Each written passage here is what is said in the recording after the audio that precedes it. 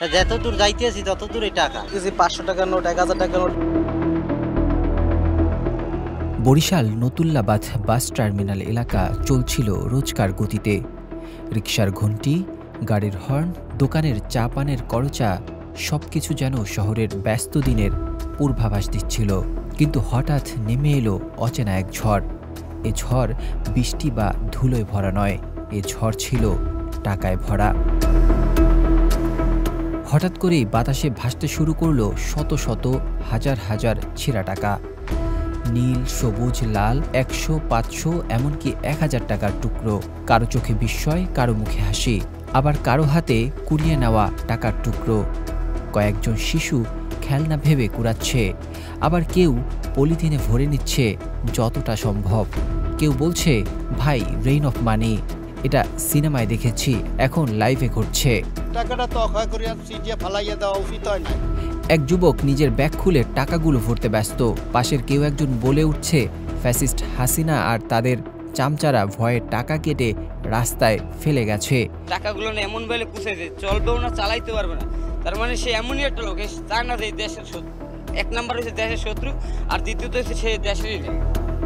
এমন দৃশ্য কেউ ফোনে ভিডিও করছে, কেউ লাইভে বলছে বরিশালে টাকা উঠছে। কিছু মানুষ কৌতূহলে চুপচাপ দেখছে, আবার কেউ ফিসফিস করে বলছে, এটা দুর্ঘটনা নয়, এটা সিগন্যাল, কেউ কাউকে সতর্ক করছে। কেউ আবার বলতে শুরু করেছে ভিন্ন ব্যাখ্যা, এটা হয়তো এক মেসেজ। কেউ হয়তো চায় জনগণ জানুক দেশে কত পরিমাণ অবৈধ টাকা ঘুরে বেড়ায়। এই ছেঁড়া টাকা সেই অন্ধকার পয়সার প্রতীক। কেউ হয়তো আমাদের চোখ খুলতে চায়। কারো মুখ থেকে আরো ভয়াবহ থিওরি শোনা গেল, এই টাকার ভিতরে কেউ মাইক্রোচিপ বসিয়ে রেখেছিল, কিন্তু সংস্থা সেটা শনাক্ত করার আগেই টাকা কেটে ছড়িয়ে দিয়েছে, সব প্রমাণ মুছে ফেলার জন্য।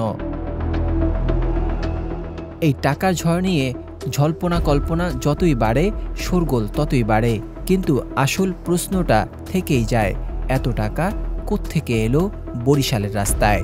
এই পরিস্থিতিতে যখন পুরো এলাকা হালকা বিশৃঙ্খলায় ভরে উঠছিল, তখনই আসে অফিসিয়াল ব্যাখ্যা। বরিশাল সিটি কর্পোরেশনের প্রধান পরিচ্ছন্ন কর্মকর্তা ইউসুফ আলী জানান, বাংলাদেশ ব্যাংকের ছেঁড়া নোট গার্বেজ গ্রাউন্ডে নেওয়ার সময় বস্তা ছিঁড়ে এই ঘটনা ঘটেছে। তিনি বলেন, এই টাকা অবৈধ নয়, এটা বাংলাদেশ ব্যাংকের ধ্বংসযোগ্য টাকা। নিয়ম মেনে সিটি কর্পোরেশন তা অপসারণ করছে। এটা শুধু একটা দুর্ঘটনা। বাংলাদেশ ব্যাংকের নিজস্ব যে টাকা থাকে, গোল্ডের যে ছেঁড়া টাকা থাকে, এই টাকাটা আমাদের মাধ্যমে গার্বেজ গ্রাউন্ডে নেওয়ার জন্য সিটি কর্পোরেশনের চুক্তি হয়েছে। তার মাধ্যমেই আমাদের এই টাকাগুলো অপসারণ করা হয়, গার্বেজ গ্রাউন্ডে নেওয়া হয়। রাস্তায় হয়তো নেয়ার পথে হয়তো করতে পারে, গাড়িতে থেকে হয়তো। কৌতূহলী জনতা যে যার বাড়িতে ফিরে যাচ্ছে। টাকার ঝড় থেমে গেছে, কিন্তু মানুষের মনে গেঁথে গেছে এই অজানা টাকার ঝড়। হয়তো এটি ছিল একটি নিছক দুর্ঘটনা, তবুও কৌতূহলী মানুষ আরও জানতে চায়, কেন এভাবেই টাকা নষ্ট করতে হবে।